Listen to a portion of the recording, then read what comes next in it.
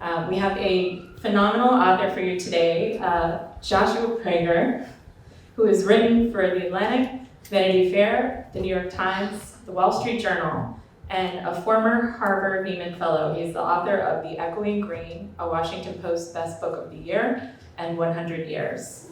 His latest book, The Family Roe, An American Story, is a towering masterpiece of reporting on the Supreme Court's most divisive case, Roe versus Wade, and the unknown lives of those at its heart.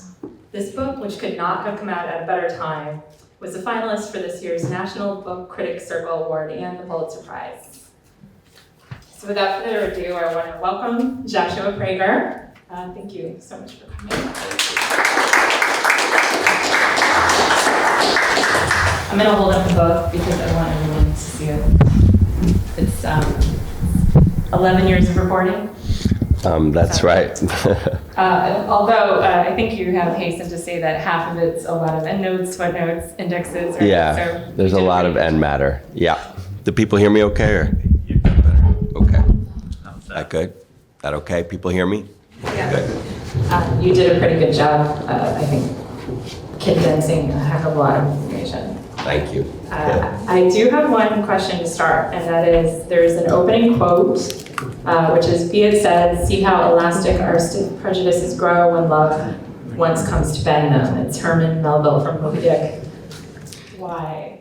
Yeah, so a friend of mine who's here, Julie Glass, would know that if I had an epigraph, it would definitely be from Moby Dick, because I love Moby Dick, as a few others do as well. But basically the idea behind the epigraph is that it's very difficult to be prejudiced against somebody if you know them, and if you know them, you love them, and once you know somebody, then you understand them, and suddenly your prejudices sort of dissolve. And I think that could be an epigraph for what I aspire to as a journalist in all of my writing, to humanize people and to help the reader get to know somebody. And what's interesting about, I think, this book is that you end up pulling for people you might be very surprised that you're pulling for, people you disagree with vehemently, but you understand at least how they came to occupy their position. And that was really what I set out to do. I love that. And it is true. We talked a good deal about how he goes about reporting on these very difficult topics, and the humanizing of both sides without taking a black or white position is probably one of the most beautiful things about this book. Thank you. So to familiarize you all with what's in this book, it is a deeply reported account of Norma McCorvey, who is the Jane Roe of Roe versus Wade, the landmark Supreme Court case that legalized abortion. And it casts a fresh light on the American judicial system's half-century of struggle to reckon with abortion and abortion rights. The book could not come at a better time, but obviously not at a time that anyone would necessarily want it. You have mixed feelings about that? Yeah, I mean, my feelings are not at all mixed about what has happened with our Supreme Court. It's very depressing to me. And I knew once Trump was elected that there was a very real chance that Roe would be overturned, and I was certain it would be once the Dobbs case came to this court. That, to me, is very, very depressing. It is obviously, this ruling is going to only deepen the divide between the haves and the have-nots in our country. And that's something I write about a lot, class. And the protagonist in the book, Norma McCorvey, is sort of the perfect person through whom to explore divisions of class. She did not have a lot. And a lot of the things that sort of led her to become Jane Roe, her inability to get an abortion, are the very same things that today will lead to a woman or a girl wanting to have an abortion but not being able to get one. What is nonetheless a very good feeling is that, given that this has happened, that my book has come out right now, I think it has a lot to add to the conversation. And it's been very gratifying and surprising, to be honest, that it's been embraced by both people on both sides of the issue. I made, just to give one little example, I made a choice. You know, language is very sort of fraught and freighted, and I just made the decision in the beginning that I was going to refer, for example, to both sides as pro-choice and pro-life, use the words, the terms that they themselves use to describe themselves, even though I obviously can write an essay on why I think that pro-life, for example, is not the right term. But just that little decision already sort of gave people the sense that, hey, he's going to be fair. And I was fair. There unfortunately was, as a person who is pro-choice, a lot that I feel that, my side has not done right. And getting back to class, the way that Norma McCorvey, Jane Roe, was treated by her initial lawyers was really very, very depressing. And it bespeaks sort of a larger problem, I think, within the leadership of the pro-choice movement. So there is sort of ammunition for both sides in my book.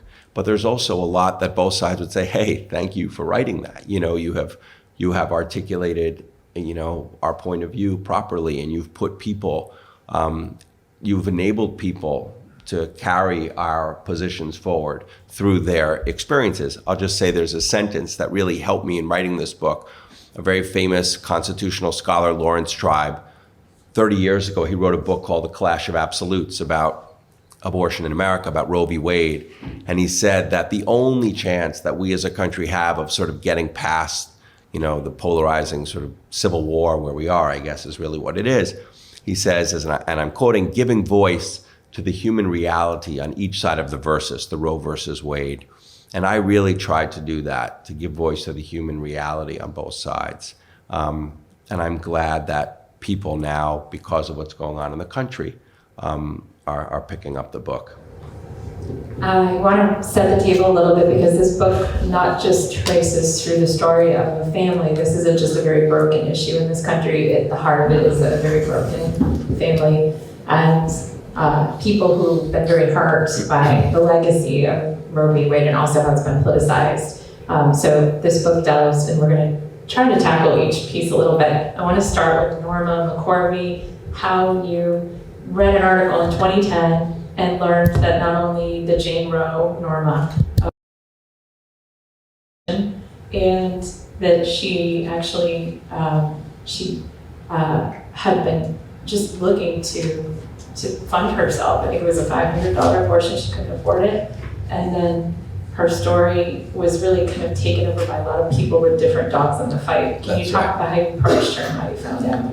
Yeah, so you're right. I was reading an article actually about gay marriage in the New Yorker back in 2010, written by Margaret Talbot. It mentioned that sometimes a plaintiff is wonderful for the case she sort of represents, the cause she represents. They mentioned Loving versus Virginia. Their name was even Loving, for God's sake.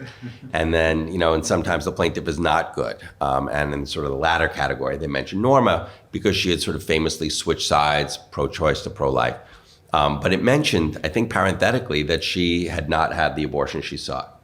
And this sort of, light bulb went off. I've written a lot about people who have secrets and people who are connected to history in some way and have not told something important. To give one example, there was only one anonymous winner in the history of the Pulitzer Prizes, somebody taking a photograph of an execution. And I found that person in Iran like 30 years afterwards and told their story. And secrecy is a corrosive, difficult thing, particularly when the thing you're keeping a secret is something tens of millions of people care about. And I just had this feeling that even though Jane Roe had placed for adoption the child she'd given birth to, I just said, I bet that he or she knows who they were born to. Somehow they would have found that out. And that would be a difficult thing to carry. And I wanted to find that person. That person was referred to by the pro-life as the quote unquote Roe baby. And that was sort of my entrance into this thing. I wanted to go find the Roe baby and then sort of write his or her story. Well, what ended up happening was that quest sort of led me quickly to Connie Gonzalez. Connie Gonzalez was Norma's partner. Norma was gay. She identified as gay, not bisexual. She was gay. Her partner of many, many years, Connie, was really the only person who cared more about Norma McCorvey than Jane Roe. And Norma had just left her when I looked for Connie in 2010. And when I found Connie in Texas, she'd had a stroke. She was not in good health, but she knew what was going on. I was there with her caretaker, her niece. And on my second visit to her, she told me, my house has just been foreclosed on. I have to leave. And in the garage are Norma's private papers, and her papers are going to be thrown out. And I said, please do not throw out those papers. Those are very important papers. Those papers are now at the Schlesinger Library at Harvard, so researchers can look at them. But those papers had a birth date on them. There was one piece of paper that had the date of birth of the youngest, the Roe baby. That led me to her. But very quickly, I realized, and it turned out I didn't first go to her. I went to her mom in case she hadn't known who she'd been born to. But my interest quickly spread from her to the much larger story of Norma and then Roe v. Wade. You're exactly right about Norma. She was sort of really exploited, marginalized and exploited. I think first and foremost, marginalized by the people on the pro-choice side. They unfortunately saw in Norma an opportunity as to say, hey, we want to tackle the issue here, the abortion laws in Texas. And they didn't even tell her, for example, Sarah Weddington didn't tell her, one of her two lawyers, that she herself had had an abortion, that she was working for an abortion referral network, that it was still possible, even though Norma was sort of leading right there at the end of her second trimester. My kids just walked in. To be able to be flown to California and have an abortion. And it was very problematic the way they treated her. Later on, Norma told many stories that weren't true. One of the stories she told was that when she went, decades later, when she went to have an abortion, she found in a legal clinic in Texas, and it had just been shuttered and there was dried blood on the floor. She was always trying to come up with a story that was sort of somehow as dramatic, befitting her famous pseudonym, Jane Roe. But the truth was much simpler. She simply couldn't afford it, like you said. She'd found a safe clinic, but it was $500. She didn't have that money, and she ended up becoming Jane Roe. It was more than anything the way she was treated by Sarah Weddington and others in the pro-choice movement that led her to then decide to leave them and go to the other side. There was an evangelical minister who was sort of preying upon her. She was low-hanging fruit, and the pro-life wanted to hold her as closely as the pro-choice was sort of pushing her away. And that really was what led her to go to the other side. I'll just add one interesting thing. Despite the fact that she said very dramatic things on both sides, she basically said whatever she'd be paid to say.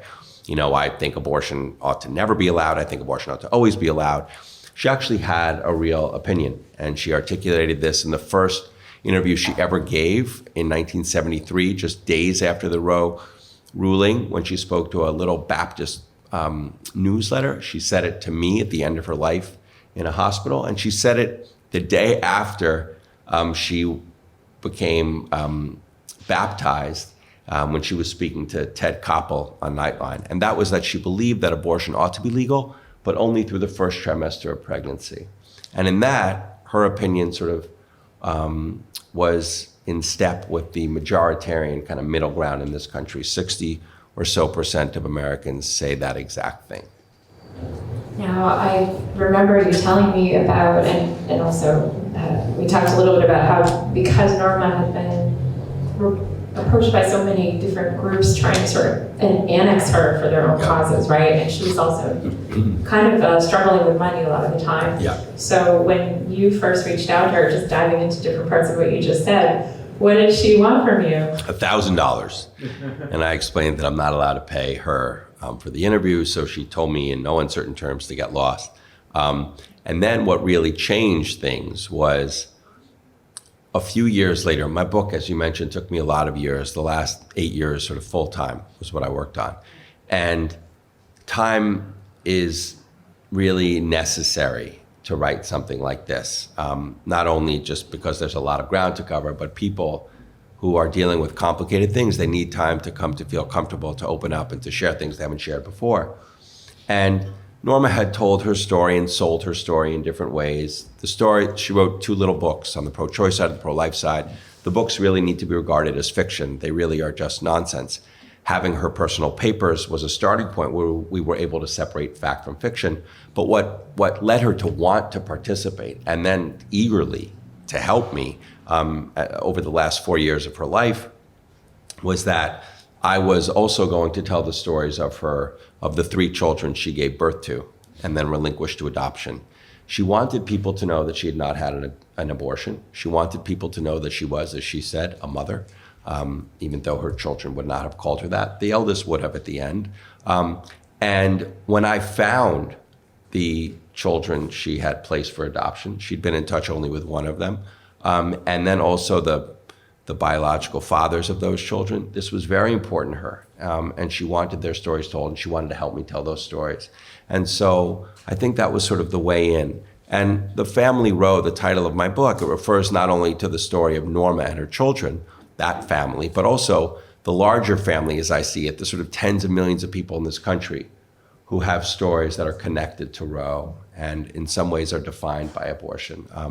And so she was, which really helped me a lot, even though a complicated person, a really eager participant as the years wound down.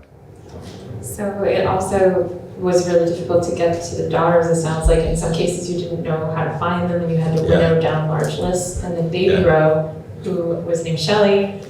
So the daughters were Melissa, Jennifer, and Shelley was Baby Roe, and was not on good terms with the mother who was trying to fight for an abortion, and also spoke to her but never met her. Can you talk a little bit about all their relationships? Yeah, the relationships are really complicated. It was helpful for me to sort of tell larger stories. They were all raised in very different circumstances. Jennifer, the middle child, was adopted by a well-to-do family in Texas. Her father was a doctor. It was sort of like almost an experiment of nature and nurture. It was very, very helpful for me to write about these larger themes, given how differently they were raised. Melissa was the eldest. Norma, though she'd had sort of hundreds of affairs with women and just very few affairs with men. She joked that every time she was with a man, she got pregnant. She also was for a time a prostitute. She spoke to me about that a little bit. She was working at the time, to step back, she was raised in a home, a broken home. Her family, they were very religious. They were Jehovah's Witnesses. And her father had decided to become a Jehovah's Witness in the hope that that would sort of direct his wife onto the right and true path.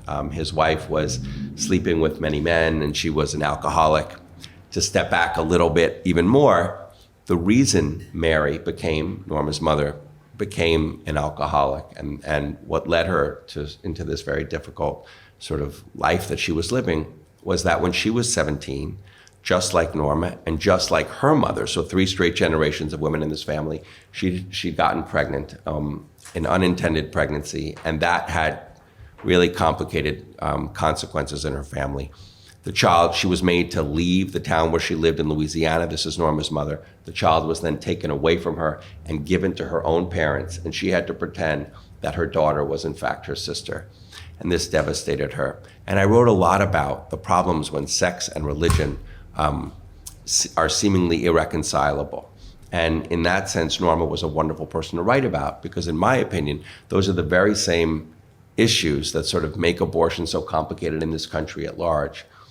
But anyway, so Melissa, when Norma then gets married when she's 16 years old to a man, and she quickly gets pregnant, and she says, you know what, I'm gonna be a mom, and it's gonna be nice, but the child is born, the child's name is Melissa, and very quickly Norma realizes, I don't want to be a mother, and she's not fit to be a mother. She's working at the time in a run of gay bars, and she's living a really pretty wild life, and she begs her own mother, Mary, to raise that child as her own.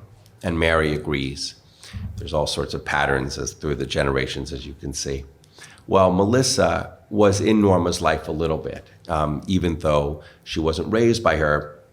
She was told for a while that she was her sister.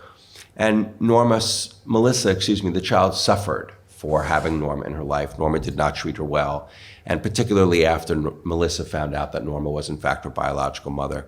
Jennifer, the second child, was raised, as I say, in a very different circumstance. She was very eager to find out who her biological mother was, because she was different than everyone in her family. She struggled with drugs and alcohol, and she wondered, she said, I wonder if finding out who my biological parents are will help me to understand myself. She was also gay. Incidentally, neither of her parents was straight. Her father was bisexual, and her mom was gay. And so it was very helpful to Jennifer to find out who her parents were. And then Shelley was the youngest.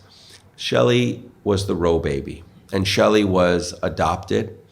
and sort of living a pretty normal life, as she put it. And one day when she was 18 years old, she was walking through a parking lot in Washington State where she lived when someone jumped out of a van and said, "I was sent to find you by your biological mother."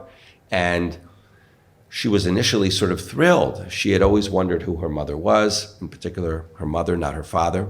And she then quickly finds out that this person is working with the National Enquirer, and she's miserable because not only is she now finding out sort of via a tabloid who her mom was, but also she's being raised in a very pro-life home at that time, Shelley is, and she's being told that her mother is Jane Roe, that it was her conception that occasioned Roe v. Wade. Can you imagine that? It's a lot to get your mind around. And not only that, we're going to put your name in the tabloid whether you like it or not. Shelley prevailed upon the National Enquirer with the help of a lawyer to not have that happen. But forevermore, she worried that she was going to be sort of outed, that her great secret was going to be discovered and her life would never be the same. She decided with me over the course of these years that she wanted to tell her story, to sort of unburden herself of her secret, but it was very, very difficult. And the last thing to say is Shelley and Norma, as you alluded to, had a few complicated conversations, really unpleasant, difficult conversations. They never met, but they had bad fights over the phone.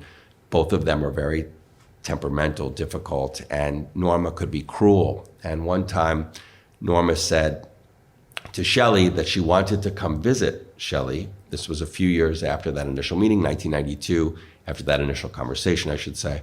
1992, she wants to come visit Shelley and her family with her partner, Connie. And Shelley sort of hems and haws and says, well, that'll be difficult. How am I supposed to explain to my children that their grandmother is gay? And then Norma immediately says, well, you need to thank me. And she says, why? And she says, for not aborting you. And setting aside that Norma had wanted to have an abortion, that is a miserable thing to say to someone. And they never spoke again. At the very end of Norma's life, Shelley was sort of wrestling with whether or not to go visit Norma. And she found it within herself to feel for Norma. As much as Shelley sort of pushed away Roe, Norma's life was defined by it, and she thought that that was a very difficult thing. But all three of these kids, these now grown women, were tormented in different ways, and they all had difficult lives. One of the things that I find so interesting about your writing process and interviewing people who don't want to talk about, it's already hard to call people up, as you said, and say, hi, I want to talk to you about abortion for my big book. Yeah. So these were people that were directly touched by it, and I found it so interesting because we both have written for the Wall Street Journal, and when you're in journalism, it's usually you have to write the story, you got to get all the information. Yeah. If you're writing about something, you have to include the subjects you're writing about, whether they cooperate or not. Yeah. One of the things Joshua does is so impressive with these sorts of works is he talks to the sources and lets them know he will not write about them without their consent. And I think that with Shelley, right, who got kind of jumped on by journalists like a pack of hyenas in a parking lot when she turned 18, I'm sure that made you stand out to say, I want to tell your story, I want to say it in a human way, and I will not do it without your permission. Do you think that that was sort of key here? Yeah, I really tried to put myself in her shoes. I mean, my goodness, what she had dealt with. And I really did say to her, not only that, I said, but if you do agree to speak with me, I will do everything I can to make you comfortable. For example, I will never reach out to anyone about you unless you first say it's okay for me to call them.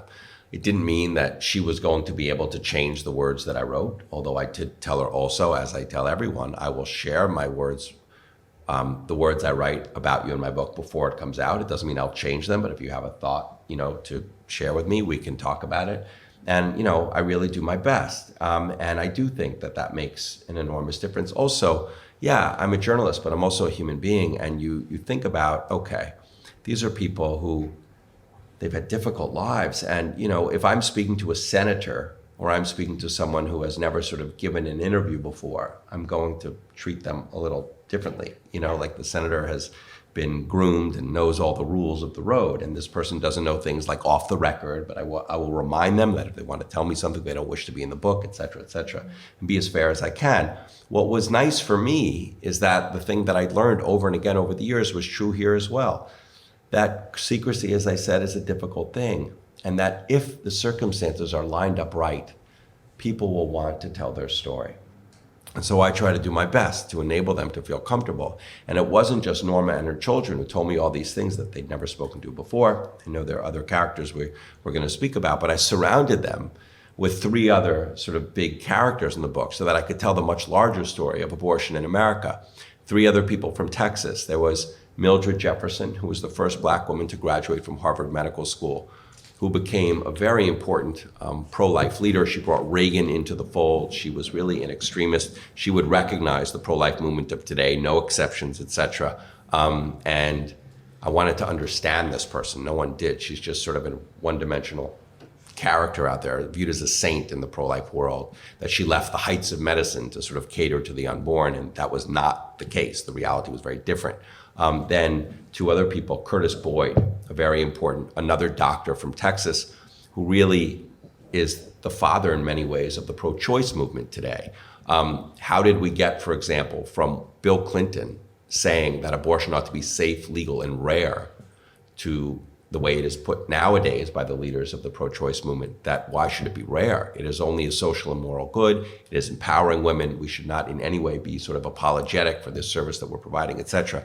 Boyd is the person more than anyone who sort of is responsible for that shift. And then lastly, a very powerful, powerful woman and a very sad figure, Linda Coffey. She's the woman who is Norma's initial lawyer. She's the woman who conceives of Roe and files Roe and does not argue Roe in the Supreme Court. That's her co-counsel, Sarah Weddington, but she's really the mother of Roe. And yet, when I found her, she was living in a home in East Texas with no heat, living on food stamps, and had not been spoken to by a journalist in 30 years, and had remarkable stories to tell. And so these were the people I wanted to sort of bring to life, and they enabled me to tell this kind of bigger story. I'm looking right now at this book, which has in it, and I'm just going to describe it because you probably can't all see it from here. It's literally Linda Coffey, who filed Roe v. Wade case. She was a bankruptcy lawyer, right? And she was also a gay woman, a feminist, and a Baptist. A Baptist, a religious Baptist. And she filed this. It says $15 clerk's filing fee. It seems like it was the most humble case you can imagine. A bankruptcy lawyer who was really quite young. Her co-counsel who argued this at the Supreme Court at the age of 26, Sarah Weddington. Then you have Norma McCorvey, who is also very humble, can't afford an abortion. Yep. How did this ever wind its way to the Supreme Court to some kind of a sort of a significant win that no one really saw coming? Yeah, you're right. The cast of characters is incredible. I'll just connect one dot there.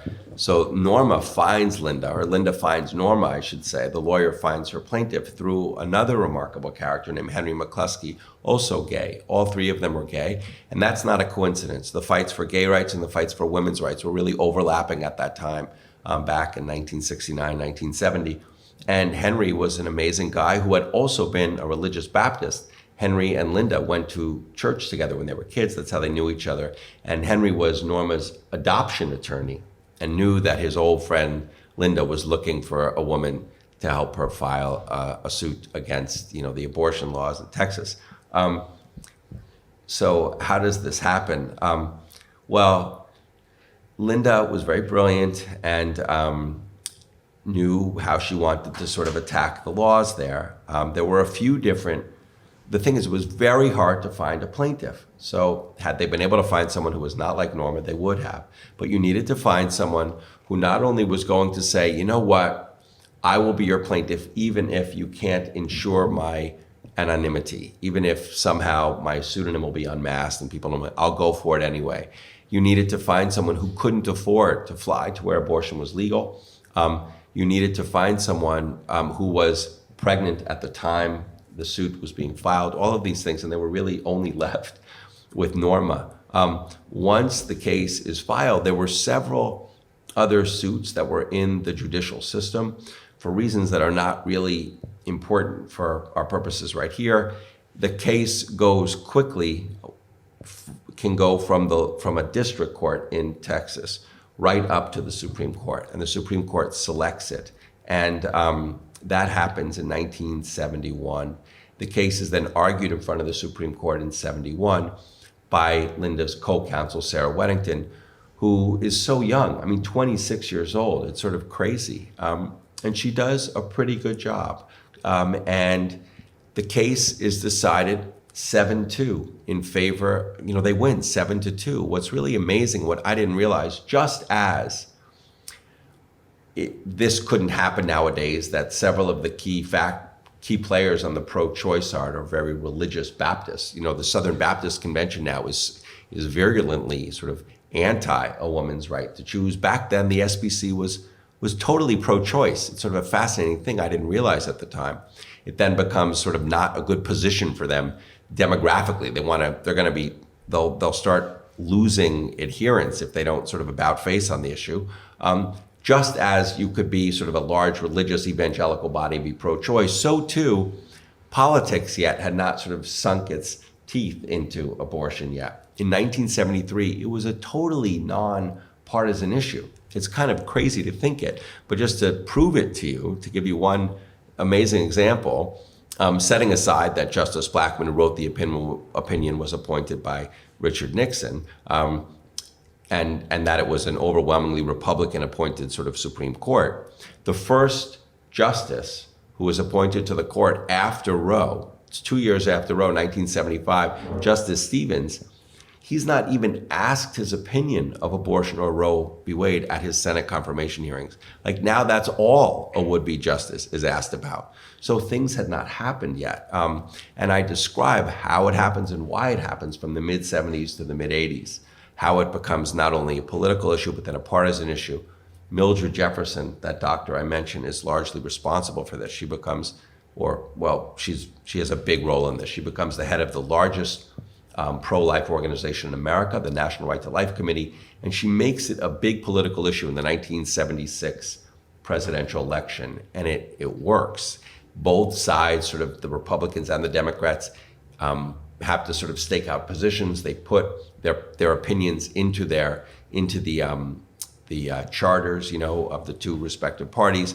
And then by the time 1980 comes along and Reagan is elected president, abortion is one of the key reasons why, without going to the whole thing, Catholics and evangelicals who hadn't really teamed up on much to that point have teamed up on abortion under the sort of instruction of the moral majority. And this is what they are told to do, and it works. And it still takes a few years for the country to divide in the way that we now know it.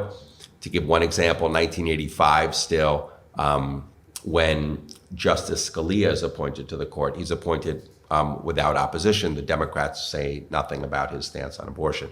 Just 2 years later, though, when Reagan appoints Bork to the court, by that time, everything is different. 1987, Ted Kennedy, the senator who had been pro-life, he has now flipped on it, as has Al Gore and Dick Gephardt and Jesse Jackson, all these people. And he issues this very sort of famous speech saying that if you allow Bork to be put onto the Supreme Court, women will go back, we'll send this country back to the back alleys, et cetera, for abortion. And his nomination is sort of torpedoed. And that really is the beginning of where we now find ourselves today. So the fact that this issue is a great way to hold your opponent's feet to the fire, or take somebody's moral temperature, or get voters to abandon them. Absolutely. I mean, and you really see it's very depressing. I mean, politicians have no conviction, just none.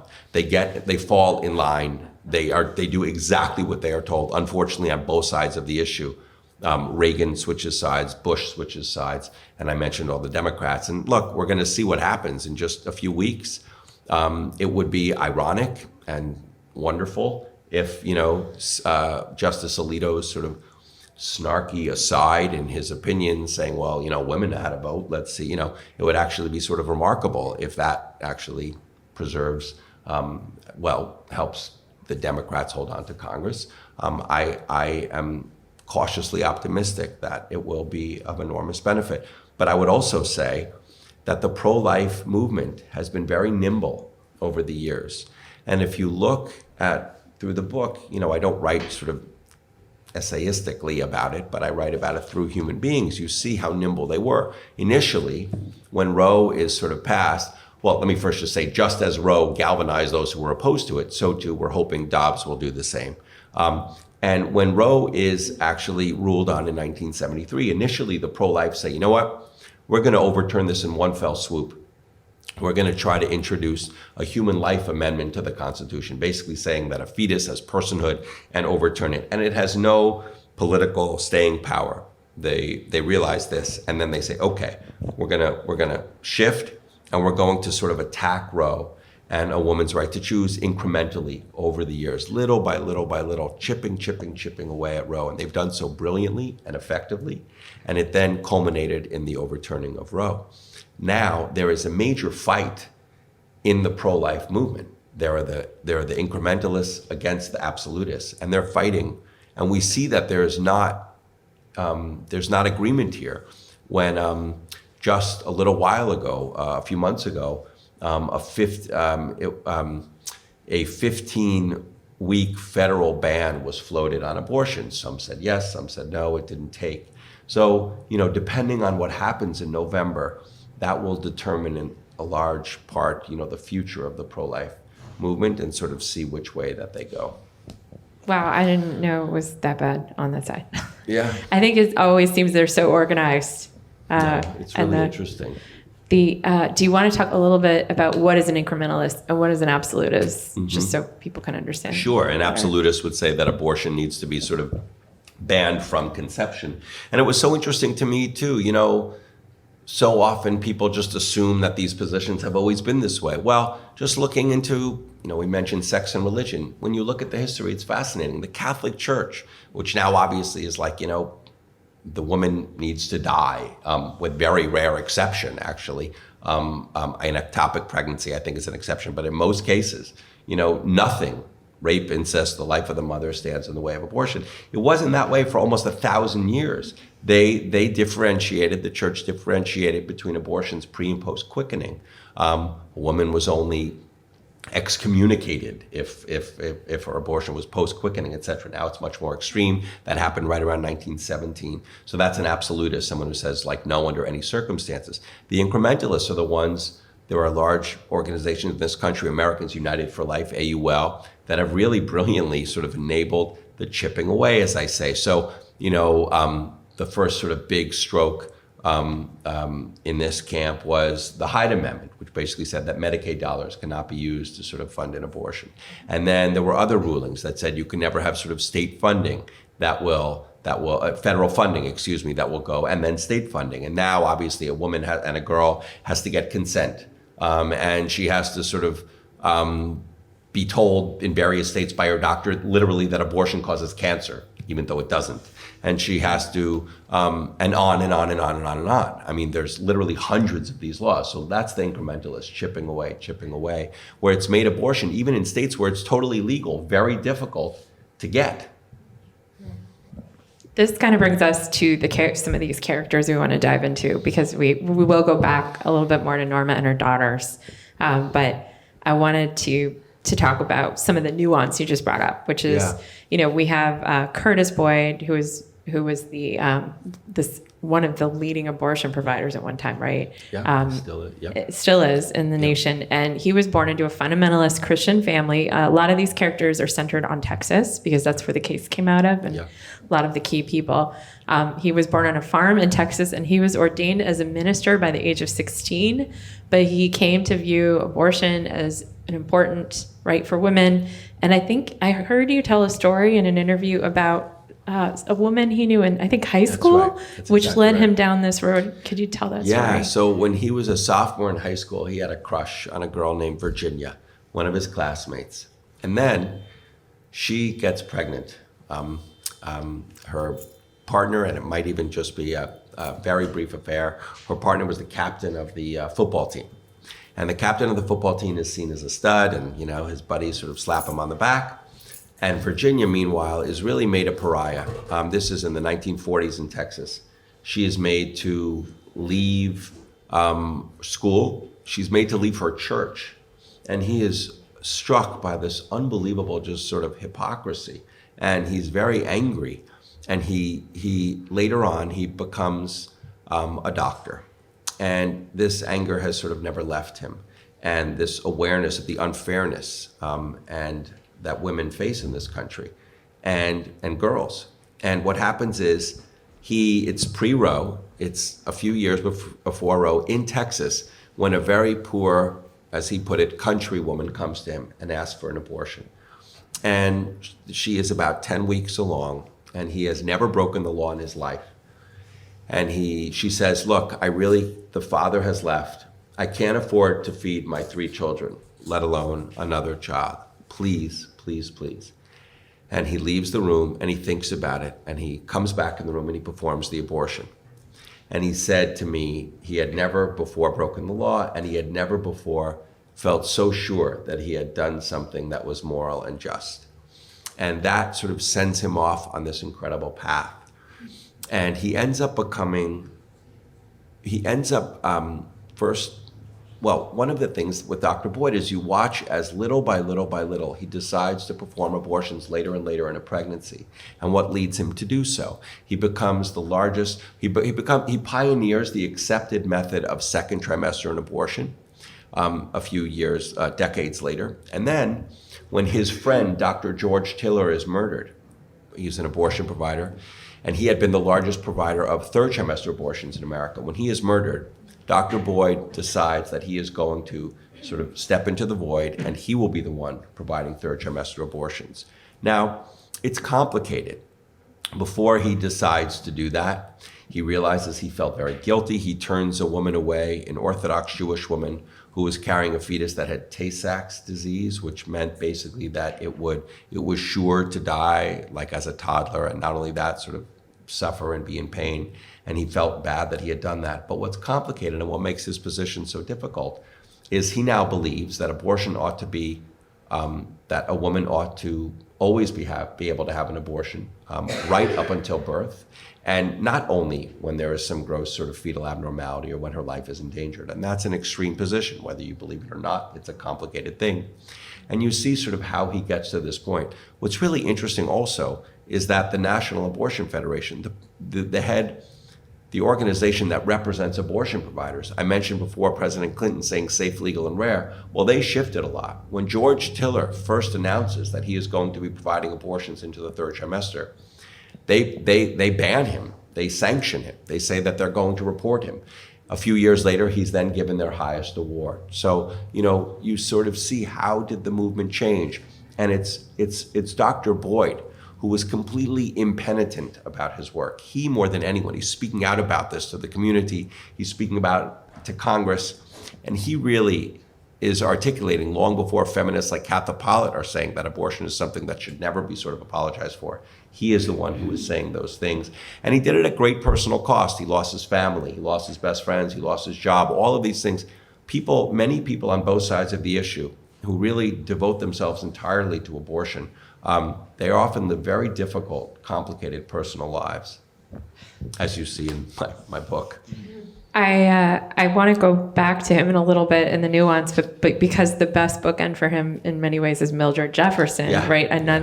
The first Black woman admitted to Harvard Medical School, which made national news. Her career as a surgeon, she was very beautiful as well. Her career as a surgeon was destroyed by racism and misogyny, which I want you to describe in a little bit more detail. And in 1970, right, the Roe v. Wade case was filed in 1970 and went to Supreme Court in 1971. She actually joined the pro-life movement in 1970, and she was appalled. She was, in addition to going through all of this racism and misogyny, that she would also have to be providing abortions. Yeah. She did not want to do that. And I can't remember what her religious affiliation was, but maybe you could remind us. And don't forget the Ronald Reagan story about her. Okay. Yeah. So all three of those sort of secondary characters, Boyd, Coffey, and Jefferson, they were all brilliant. They all graduated at the top of their classes, all from Texas, all from very religious homes. So Dr. Jefferson is the daughter of a Methodist minister. what ends up happening there, just like that story with Boyd in high school, with his high school crush, Virginia, she also has something that happens that changes her thinking on things and leads her to where she goes, and then leads the country to where it goes, the pro-life movement. So her beauty was not incidental. I'm glad you mentioned it. Like it's something important to mention, because we'll get to it. But when she becomes one of the leaders of the pro-life movement, they're constantly putting her on television, because they were, until that point, the leaders of that movement were largely white Catholic men. And here is a black Methodist woman who's also beautiful and also a doctor and can sort of just an answer to the prayer. A Harvard doctor. She's sort of the perfect person they want in front of the cameras. Well, how does she get there? So when she graduates Harvard Medical School, she dives into become, or training to become a surgeon. But as the years go by, she's not getting certified. And she puts in way more years than the other people and graduated toward the top of her class and is doing everything right and is not getting certified. And it's maddening for her. And she's utterly depressed and really distraught. Well, in 1973, after she switches over to the pro-life movement, Nixon wanted to appoint her to a board. The FBI had a file on her. I got that file, and it opened up who she was to me. She was one of these leading characters who was not alive when I dove in, and I needed to understand her. Well, what happened was, you have these powerful white male doctors speaking very openly in 1973 in this file about the fact that, yes, Mildred Jefferson's a very good doctor, but obviously I couldn't sort of, certify her as a surgeon. Obviously I couldn't sort of have her on my team of surgeons because she's a black woman. They literally write these things. And, and you see what happens is, though she had put in 3 times the amount of years that other people did to become certified as a surgeon, she's not getting certified. And by the time she finally is, it's 20 years has passed. And she's so angry and disillusioned. And it is exactly then that the American Medical Association decides it about faces on abortion. And it tells its, many members, okay, doctors, if you're now in a state where abortion is becoming legal, and there were 4 states where abortion was legal at that time, pre-Roe, you need to sort of defer to state laws and you need to provide abortions. And she's so angry at the at the medical community for having sort of sabotaged her career that she says, you know what, I'm now going to stand in their way. Until that point, her opinion on abortion was not really, she was sort of tacitly opposed to it, but had never been something that was particularly important to her. She had known in Texas girls and women who had died from abortions, illegal abortions. She had never, that was in sort of the back of her mind, but she had never really spoken out publicly about it in any way. And what she starts doing is she joins some of these sort of nascent pro-life organizations in Massachusetts where she's practicing, and she starts lending her voice and very quickly rising up the ranks. The other very important thing to know about her is that having suffered all those years because she was black and because she was a woman, she falls in love, not because of that she falls in love. She falls in love with a young white man, a sailor who was 10 years her junior. They fall in love and he wants to get married. And she says, I don't know if I can get married. Interracial marriage is illegal in half of the country at this point. And when she finally decides we can get married, it was legal in Massachusetts. She says, I'll do it on one condition. And I spoke to him. He's still alive, Shane Cunningham. I will do it only on the condition that you promise, you agree to the fact that we will never have children. Because this world is so unjust and so unfair that to bring an interracial child into it would be an immoral thing to do. Now, this is the very same woman who then, at the exact same time, is saying that every single conception must lead to a birth. There are to be no exceptions. She understands that to bring a child into her own life, she will not do it. And yet the same woman has no ability or, refuses to see that someone else, it might be complicated for them to bring a child into the world, let alone what it would be like for that child. So it's a very difficult thing. A lot of the people you see I'm writing about, they say one thing publicly, they do another thing privately. It's a very complicated, difficult thing. But she would recognize this world that we're in. Just to say about Ronald Reagan, So in days before Roe is decided, she's on a show called The Advocates on WGBH out of Boston. And she uses fetal slides to sort of point to and just sort of destroy the arguments on the pro-choice side. These slides had never been used before. They were very, very effective. The heads of NARAL were very concerned when they saw her presentation. And one of the people tuning in to this show is Ronald Reagan, the governor of California, off in Sacramento. And he writes her a letter, a private letter, which I found. And it says, you know what? Now, up to that point, he had signed into law literally the most liberal abortion law in our country, that abortion was to be legal to residents and non-residents alike up to the 20th week.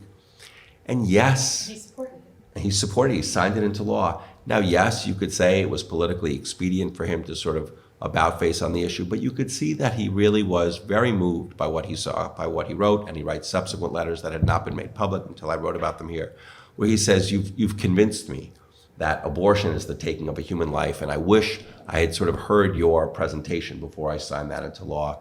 He then, is president a few years later. Genuine. I do. I actually do. And he becomes president a few years later. She's at his side days into his presidency. He's seated next to her several times. He seats her next to him at various functions and things like that. And so her star sort of, rises when he's elected. Wow. And I want to dive into nuance because a lot of people know we have a very progressive crowd in Vermont. Not everybody is perfectly progressive or the other way, but we have a real mix. And one of the things that I wanted to discuss a little with Curtis Boyd, because we talked about, his support of late-term abortions to, as you said, an extreme point. Mm-hmm. You did a whole lot of research, and to this day, the facts surrounding how many late-term abortions are really happening in places where abortion is legal, and if it's always done just to save the life of the mother, or if it's always done for a health reason, or if sometimes it actually is extreme. Yep. Did you get a sense talking to him if there's an elective, very late term going on with any frequency that actually is because the mother would like to not have a child, but not necessarily for health reasons? So in one of the famous Supreme Court rulings that had to do with abortion, it's Gonzalez v. Carhart, and it was a ruling that banned a certain type of abortion. It was the type of abortion that the pro-lifers branded partial birth abortion. I actually forget the term that the doctor who used that method of abortion called it. It's in my book. Well, that doctor, who's no longer living, he himself, when he was needing to talk about his work, as that case was sort of rising up towards the Supreme Court, he confided that yes, there were, let's say, out of the thousands and thousands of abortions that he had performed, there was a small but not insignificant percentage of abortions that had been performed deep into the third trimester for no other reason than that the fetus had a cleft lip, for example. And that is exactly in keeping with the experience of the few other third trimester abortion providers in this country. I think that, it is important that if a person wants to, that any person who stakes out their position on something, they ought to know all of the complicating sort of circumstances of that position. And it is not true to say that the only late-term abortions are provided in this country only for the health of the mother or a severe fetal abnormality. Those are the great majority, but there are absolutely abortions that are provided for other reasons. Now, Dr. Boyd said that the hypothetical woman that he feared, would make it very difficult for him in his work, never walked into his clinic, meaning a woman who on the eve of birth would say, I want an abortion sort of willy-nilly. That person never materialized. But he also acknowledged, as I write about in the book, that there were times when, and also I'll add that there were some abortions he refused to provide, abortions that made him feel comfortable. And yet, there were nonetheless circumstances where he performed abortions that I think would they certainly made me uncomfortable in writing about them. Do you think we're losing an opportunity because we're making it so black and white in this country? Like absolutism is ruling what could be a more nuanced conversation of what would be a great or good or okay way to go about this, and also what the real data is surrounding the different trimesters and what people I are doing. absolutely do. I think that abortion is fraught for good reason. And I think that it does a disservice to both sides to sort of say otherwise. And it used to be acknowledged by both sides that it was complicated. Roe v. Wade, Henry Wade, the district attorney of Dallas, was privately pro-choice.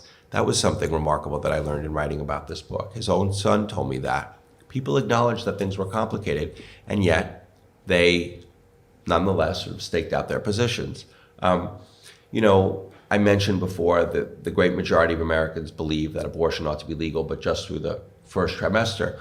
In Western Europe, it's interesting. Countries where they're more progressive, by and large, France, Switzerland, places like this than we are, they have a different sort of view of abortion. The cutoff for legal abortion is earlier in the pregnancy, but until that point, the state does everything it can to help the woman have the abortion. So not only are they not throwing endless obstacles in her way, but they're actually helping her. Abortion is available everywhere. It's paid for. They're not being told again that they have to get consent or they have to do return visits or anything like that. And in my opinion, that is and obviously they also have exceptions for the health of the mother and for fetal abnormality, et cetera. And to my mind, that is something that is probably a healthier way to go. Better conversation for us to be having, maybe. Yeah. Okay, we are going to make some room for questions, but there's something really important I want to cover before we wrap up this part of the talk, and that's while you were researching the daughters, and the daughters all had different attitudes about their mother, Norma McCorvey. There were some pretty interesting quotes where one of the daughters, I think Jennifer, called their mother the egg donor, and another one had a more sex worker type reference to her mother, Shelley. The spanky hoe slut was what she said, yes. Yeah. And so you got to really see close up how these women felt, but very importantly, they had never all met. And so in the course of working on this book, do you want to say a little bit about how it all happened? And this was before you even filed to get the book deal. You were making sure that everyone was going to be on board. Yeah. And that was a trip to Texas, to Katy, Texas? I knew that they had all been looking for each other. And it was one of the most special days of my life as a journalist. They'd all really looked for each other. And when there came a day in 2013 when about 2 to 3 years after I had sort of found and spoken to each of them, each of the three daughters, that they wanted to meet. And they all came together at the home of the eldest in Katy, Texas in 2013. It was very, very moving. And it was really a remarkable thing. They just sort of compared notes on all the lives that they had lived and that they had not been able to share with each other, the things that they had in common, the things that they didn't have in common. It was very beautiful. And then, of course, there's a difference between being sort of biologically related to someone and being a family. And as the years then went by, you saw how some of the things that they hoped for, the relationships that they hoped for between each other, one another, didn't sort of come to be, and other things sort of did. But that was very, very moving for me to witness, and very rewarding. Now, while Linda Coffey was one of the key counsel in the Roe v. Wade case, she is still alive, whereas it sounds like Sarah Weddington is now deceased. Yeah, Linda Coffey. It's amazing because considering that we all owe her this great debt for fighting for reproductive rights, she's in a really difficult place in her life right now, right? Yeah, it was one thing that felt really good though, is that, I wanted to restore her to her proper place in history. And that is happening. Like, people are now knocking on her door, and she's giving interviews, and she's been honored once or twice. And she was spoken to, people are now sort of seeking out her opinion. She's very private, but you could see that this also feels good for her to be sort of known and recognized, and that is also really gratifying. What was really remarkable to me was that when Roe was overturned, Shelley the Roe baby issued a pronouncement saying that she feels that the Supreme Court got it wrong. This is a person whose existence owes to the unavailability of legal abortion in 1970. And yet she came out and said that. And that was also sort of remarkable to me. And that put a very final end to any dreams the pro-life might have had of sort of putting her up on a poster, as they had sort of dreamed of doing for many, many years. You were with Norma McCorvey when she died in 2017. This is my final. You were able to sort of really eke out a relationship with her, even though she told so many stories about her life. You were able to sort the fact from the fiction. How did you say goodbye, if you don't mind me asking? Yeah. So it was really a coincidence. I traveled down there several times a year, but her health was not great, but it was stable. But I went down to see her, and I had a few conversations with her, and then I was back in my hotel room when her daughter, Melissa, called me and said, you know what, I'm with my mom now. She's alone. I don't want her to be alone. I'm going to go home and take a shower. Can you go see her now? So I said, sure. So I went to her. And when I got there, I saw that her health was, she was dying. She was gasping for breath. And something had just happened.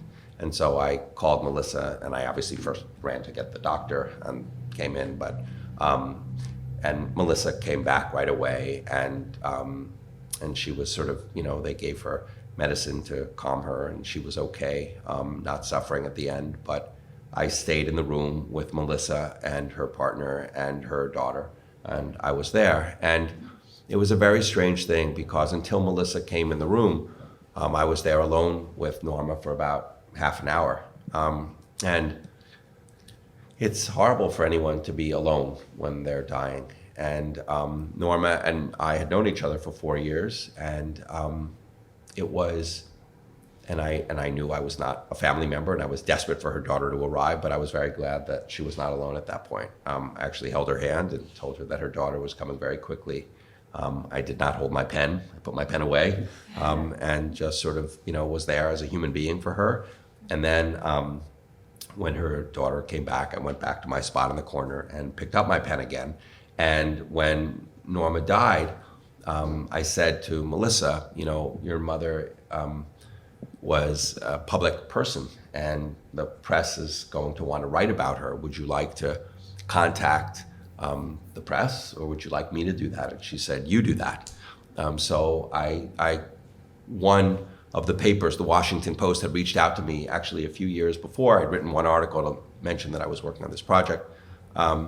And they'd asked me for help on their obituary. These papers write the obituaries years in advance. So I contacted the reporter at the Washington Post, and a minute after Norma died, or 2 minutes after, it was up on the homepage of the Washington Post, and then it sort of went around the world. And what was interesting was also seeing how a lot of the sort of untruths and myths that Norma had sort of put forward, they were continued in her death, but the Washington Post had it right because I'd helped them.